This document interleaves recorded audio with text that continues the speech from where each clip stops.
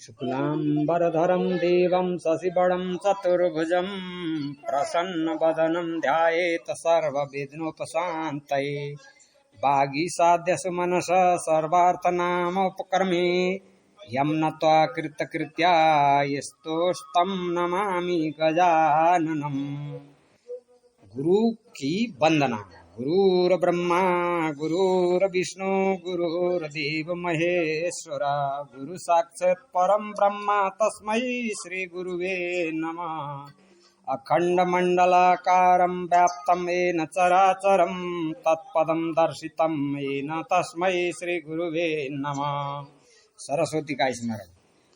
धूर्भिर्युक्त चतुर्भिः स्फटिकमणिमये माक्षिमालां दधाना हस्तेनेकेन पद्मं शीतमपि च शुकं पुस्तकं च परेण भासा कुन्देन्दुशङ्खस्फटिकमणिनिभा भासमानासमे भगदेवतेयं निवसतु वदने सर्वदा सुप्रसन्ना। वाल्मीकि जी की वंदना। पूजन्तं राम रामेति मधुरं मधुराक्षरम् आरुह्य कविता शाखं वन्दे वाल्मीकि कोकिलम्। यं पिबन् सततं रामचरितमृतसागरम् अतृप्येतस्तं मुनिं वन्दे प्राचेतसमकल्मषम्। हनुमान जी को नमस्कार। गोष्पदे कृतवारिशं मशकिरीतराक्षसं रामायण महामालरत्नं वन्दे अनिलात्मजम्। अंजनानन्दनं वीरं जानकी शोकनाशनं कपीशमत्स्यहन्तारं वन्दे लङ्का भयङ्करम्। उल्लङ्घे सिन्धु सलिलं ये शोकवने जनकात्मजाय आदाय तेनैव ददाह लङ्कां नमामि तं प्रजलीराञ्जनेयम्। अञ्जनेयमतिपाटलाननं काञ्चनाद्रिकमनीय विग्रहं पारिजाततरुमूलवासिनं भावयामि पवमानन्दनं। यत्र यत्र रघुनाथकीर्तनं तत्र तत्र कृतमस्तकाञ्जलिं वाष्पारी परिपूर्णलोचनं मारुति नमत राक्षसान्तकं। मनोजं मारुततुल्यवेगं जितेन्द्रियं बुद्धिमतं वरिष्ठं वातात्मजं वानरयूथमुख्यं श्रीरामदूत शिरसा नमामि। श्री राम के ध्यान का क्रम। वैदेही सहितं सुरद्रुमतले हैमै महामण्डपे मध्ये पुष्पकमासने मणिमये विरासने संस्थितम्। अग्रे वाचयति प्रभजन श्रुते तत्त्वं मुनिभ्यं परम्।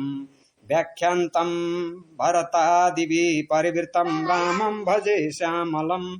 वामे भूमिसुता पुरस्तु हनुमान् पश्चात् सुमित्रासुत शत्रुघ्नो भरतश्च पार्श्वदलयोर्वापेदि कोणेषु च सुग्रीवश्च विभीषणश्च युवराट् तारासुतो जाम्बवान्।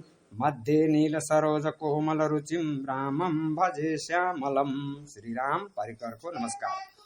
रामं रामानुजं सीतां भरतं भरतानुजं सुग्रीवं वायुसूनुं च प्रणमामि पुनः पुनः। नमोऽस्तु रामाय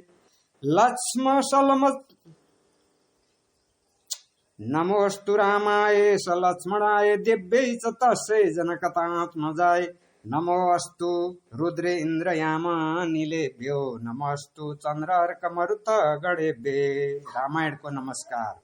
चरितं रघुनाथस्य शतकोटिप्रविस्तरम् एकैकमक्षरं पुंसं महापातकनाशनं। वाल्मीकिगिरिशम्भूता रामम्भो निधिशं गता। श्रीमद्रामायणे गंगा पुनाति भुवनत्रयं। वाल्मीकिर्मुनिसिंहस्य कवितावाचनचारिण। शृण्वन् रामकथानादं को न याति परां गतिम्। यो प्रार्थना भयो। यहाँ शुरू गर्ने। श्री सीतारामचंद्र भ्या नमः। श्री वाल्मीकि रामायण महात्म्य पहला अध्याय कलयुग की स्थिति, कलिकाल के मनुष्यों के उद्धार का उपाय, रामायण पाठ, उसकी महिमा, उसके श्रवण के लिए उत्तम काल आदि का वर्णन। श्री रामचंद्र जी समस्त संसार को शरण देने वाले हैं। श्री राम के बिना दूसरी कौन सी गति है। श्री राम कलयुग के समस्त दोषों को नष्ट कर देते हैं, अतः श्री रामचंद्र जी को नमस्कार करना चाहिए। श्री राम से काल रूपी भयंकर सर्प भी डरता है। जगत का सब कुछ भगवान श्री राम के बस में है। श्री राम में मेरी अखंड भक्ति बनी रहे। हे राम, आप ही मेरे आधार है। चित्रकूट में निवास करने वाले भगवती लक्ष्मी सीता के आनंद निकेतन और भक्तों को अभय देने वाले परम आनंद स्वरूप भगवान श्री रामचंद्र जी को मैं नमस्कार करता हूँ। संपूर्ण जगत के अभिष्ट मनोरथों को सिद्ध करने वाले अथवा सृष्टि पालन एवं संहार के द्वारा जगत की व्यवहारिक सत्ता को सिद्ध करने वाले ब्रह्मा, विष्णु और महेश आदि देवता जिनके अभिन्न अंश मात्र है, उन परम विशुद्ध सचिदानंदमय परमात्मा देव श्री रामचंद्र जी को मैं नमस्कार करता हूँ तथा उन्हीं के भजन चिंतन में मन लगाता हूँ। ऋषियों ने कहा, भगवान आप विद्वान है, ज्ञानी है। हमने जो कुछ पूछा था वह सब आपने हमें भलीभांति बताया है। संसार बंधन में बंधे हुए जीवों के दुख बहुत है। इस संसार बंधन का उच्छेद करने वाला कौन है। आपने कहा है कि कलियुग में वेदयुक्त मार्ग नष्ट हो जाएंगे। अधर्म परायण पुरुषों को प्राप्त होने वाली यातनाओं का भी आपने वर्णन किया है। घोर कलियुग आने पर जब वेदयुक्त मार्ग लोप्त हो जाएंगे, उस समय पाखंड फैल जाएगा। यह बात प्रसिद्ध है। प्राय सभी लोगों ने ऐसी ही बात कही है। कलियुग के सभी लोग काम वेदना से पीड़ित, नाटे शरीर के और लोभी होंगे तथा धर्म और ईश्वर का आश्रय छोड़कर आपस में एक दूसरे पर ही निर्भर रहने वाले होंगे। प्राय सब लोग थोड़ी आयु और अधिक संतान वाले होंगे। उस युग की स्त्रियां अपने ही शरीर के पोषण में तत्पर और वेश्याओं के समान आचरण में प्रवृत्त होंगी। वे अपने पति की आज्ञा का अनादर करके सदा दूसरों के घर जाया आया करेगी। दुराचारी पुरुषों से मिलने की सदैव अभिलाषा करेंगी। उत्तम कुल की स्त्रियां भी पर पुरुषों के निकट ओछी बातें करने वाली होंगी। कठोर और असत्य बोलेगी तथा शरीर को शुद्ध और सुसंस्कृत बनाए रखने के सद्गुणों से वंचित होगी। कलयुग में अधिकांश स्त्रियां वाचाल व्यर्थ बकवास करने वाली होंगी। भिक्षा से जीवन निर्वाह करने वाले सन्यासी भी मित्र आदि के स्नेह संबंध में बंधे रहने वाले होंगे। वे भोजन के लिए चिंतित होने के कारण लोभवश शिष्यों का संग्रह करेंगे। स्त्रियां दोनों हाथों से सिर खुजलाती हुई गृहपति की आज्ञा का जानबूझकर उल्लंघन करेंगी। जब ब्राह्मण पाखंडी लोगों के साथ रहकर पाखंड पूर्ण बातें करने लगे, तब जानना चाहिए कि कलयुग खूब बढ़ गया। ब्राह्मण इस प्रकार घोर कलयुग आने पर सदा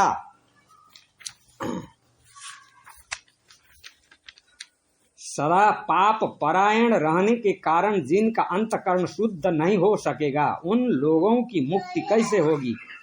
धर्मात्माओं में श्रेष्ठ सर्वज्ञ सूत जी देवादिदेव देवेश्वर जगतगुरु भगवान श्री रामचंद्र जी जिस प्रकार संतुष्ट हो वह उपाय हमें बताइए। मुनि श्रेष्ठ सूत जी, इन सारी बातों पर आप पूर्ण रूप से प्रकाश डालिए। आपके वचनामृत का पान करने से किसको संतोष नहीं होता है। सूत जी ने कहा, मुनिवरों आप सब लोग सुनिए। आपको जो सुनना अभिष्ट है वो मैं बताता हूँ। महात्मा नारद जी ने सनत कुमार को जिस रामायण नामक महाकाव्य का गान सुनाया था, वो समस्त पापों का नाश और दुष्ट ग्रहों की बाधा का निवारण करने वाला है। वो संपूर्ण वेदार्थों की सम्मति के अनुकूल है। उससे समस्त दुष्स्वप्नों का नाश हो जाता है। वो धन्यवाद के योग्य तथा भोग और मोक्ष रूप फल प्रदान करने वाला है। उसमें भगवान श्री रामचंद्र जी की लीला कथा का वर्णन है। वो काव्य अपने पाठक और श्रोताओं के लिए समस्त कल्याणमय सिद्धियों को देने वाला है। धर्म, अर्थ, काम और मोक्ष इन चारों पुरुषार्थों का साधक है, महान फल देने वाला है। यह अपूर्व काव्य पुण्यमय फल प्रदान करने की शक्ति रखता है। आप लोग एकाग्र चित्त होकर इसे श्रवण करें। महान पातकों अथवा संपूर्ण उपपातकों से युक्त मनुष्य भी उस ऋषि प्रणीत दिव्य काव्य का श्रवण करने से शुद्धि अथवा सिद्धि प्राप्त कर लेता है। संपूर्ण जगत के हित साधन में लगे रहने वाले जो मनुष्य सदा रामायण के अनुसार बर्ताव करते हैं, वो ही संपूर्ण शास्त्रों के मर्म को समझने वाले और कृतार्थ है। विप्रवरों, रामायण धर्म अर्थ काम और मोक्ष का साधन तथा परम अमृत रूप है, अतः सदा भक्ति भाव से उसका श्रवण करना चाहिए। जिस मनुष्य के पूर्व जन्मोपार्जित सारे पाप नष्ट हो जाते हैं, उसी का रामायण के प्रति अधिक प्रेम होता है। यह निश्चित बात है। जो पाप के बंधन में जकड़ा हुआ है, वो रामायण की कथा आरंभ होने पर उसकी अवहेलना न करके दूसरी निम्न कोटि की बातों में फंस जाता है। उन असद गाथाओं में अपनी बुद्धि के आसक्त होने के कारण वह तद अनुरूप ही बर्ताव करने लगता है। इसीलिए द्विजेंद्र गण, आप लोग रामायण नामक परम पुण्यदायक उत्तम काव्य का श्रवण करें, जिसके सुनने से जन्म जरा और मृत्यु के भय का नाश हो जाता है तथा श्रवण करने वाला मनुष्य पाप दोष से रहित हो अच्युत स्वरूप हो जाता है। रामायण काव्य अत्यंत उत्तम, वर्णनीय और मनोवांछित वर देने वाला है। वह उसका पाठ और श्रवण करने वाले समस्त जगत को शीघ्र ही संसार सागर से पार कर देता है। उस आदि काव्य को सुनकर मनुष्य श्री रामचंद्र जी के परम पद को प्राप्त कर लेता है, जो ब्रह्मा, रुद्र और विष्णु नामक भिन्न भिन्न रूप धारण करके विश्व की सृष्टि, संहार और पालन करते हैं।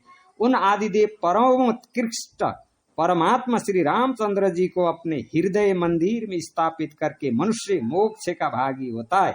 जो नाम तथा जाति आदि विकल्पों से रहित कार्य कारण से परे सर्वोत्कृष्ट वेदांत शास्त्र के द्वारा जानने योग्य एवं अपने ही प्रकाश से प्रकाशित होने वाला परमात्मा है, उसका समस्त वेदों और पुराणों के द्वारा साक्षात्कार होता है।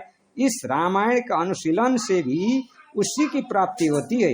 विप्रवरों, कार्तिक, माघ और चैत्र मास के शुक्ल पक्ष में 9 दिनों में रामायण की अमृतमय कथा का श्रवण करना चाहिए। जो इस प्रकार श्री रामचंद्र जी के मंगलमय चरित्र का श्रवण करता है, वह इस लोक और परलोक में भी अपनी समस्त उत्तम कामनाओं को प्राप्त कर लेता है। वह सब पापों से मुक्त हो अपनी 21 पीढ़ियों के साथ श्री रामचंद्र जी के उस परम धाम में चला जाता है, जहाँ जाकर मनुष्य को कभी शोक नहीं करना पड़ता है। चैत्र, माघ और कार्तिक के शुक्ल पक्ष में परम पुण्यमय रामायण कथा का नवाह पारायण करना चाहिए तथा 9 दिनों तक इसे प्रयत्न पूर्वक सुनना चाहिए। रामायण आदि काव्य है, यह स्वर्ग और मोक्ष देने वाला है। अतः संपूर्ण धर्मों से रहित घोर कलयुग आने पर 9 दिनों में रामायण की अमृतमय कथा को श्रवण करना चाहिए। ब्राह्मणों, जो लोग भयंकर कलिकाल में श्री राम नाम का आश्रय लेते हैं, वही कृतार्थ होते। कलयुग उन्हें बाधा नहीं पहुंचाता। जिस घर में प्रतिदिन रामायण की कथा होती है, वह तीर्थ रूप हो जाता है। वहां जाने से दुष्टों के पापों का नाश होता है। तपोधनों, इस शरीर में तभी तक पाप रहते हैं जब तक मनुष्य श्री रामायण कथा का भलीभांति श्रवण नहीं करता। संसार में श्री रामायण की कथा परम दुर्लभ ही है। जब करोड़ों जन्मों के पुण्यों का उदय होता है, तभी उसकी प्राप्ति होती है। श्रेष्ठ ब्राह्मणों, कार्तिक, माघ और चैत्र के शुक्ल पक्ष में रामायण के श्रवण मात्र से राक्षस अवपन्न सौदास भी शाप मुक्त हो गए थे। सौदास ने महर्षि गौतम के शाप से राक्षस शरीर प्राप्त किया था। वे रामायण के प्रभाव से ही पूर्ण उस शाप से छुटकारा पा सके थे। जो मनुष्य श्री रामचंद्र जी की भक्ति का आश्रय ले प्रेम पूर्वक इस कथा का श्रवण करता है, वह बड़े बड़े पापों तथा पातक आदि से मुक्त हो जाता है। इस प्रकार श्री स्कंद पुराण के उत्तर खंड में नारद संत कुमार संवाद के अंतर्गत रामायण महात्म्य विषयक कल्प का अनुकीर्तन नामक प्रथम अध्याय पूरा हुआ।